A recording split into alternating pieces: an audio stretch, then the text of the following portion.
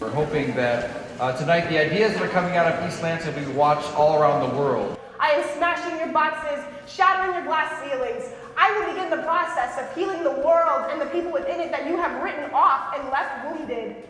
I am going to find a way to clean up this awful mess that you have made, not for you, but for the generations of the future. I never knew and never would have thought that my talents and passion could be a blessing to other people.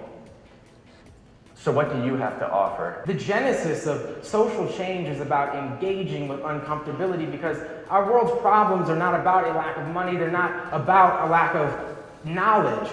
No, the difference between suffering and prosperity, between oppression and liberation, between bleak todays and the most beautiful tomorrows is defined by our comfortability with other people's misery. Why not start to get to know one or two people from a cultural group that is different from you? And maybe after a while, you'll notice we actually share much more similarity than difference. Being vulnerable is really terrifying.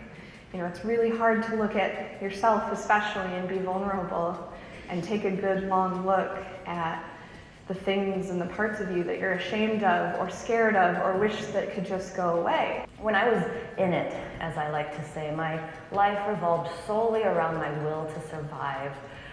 But when I was able to shift my focus on a will to help other people, I found peace, sobriety, and love. And for me, when I was diagnosed with my leukemia, that was my point A. And my point B was the day that I hoped that I would be declared cancer-free.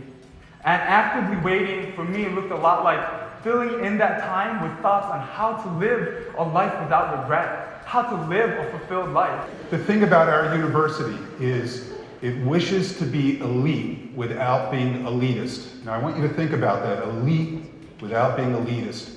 That provides an environment for you to try various things, and that's what makes Spartans great, that attitude.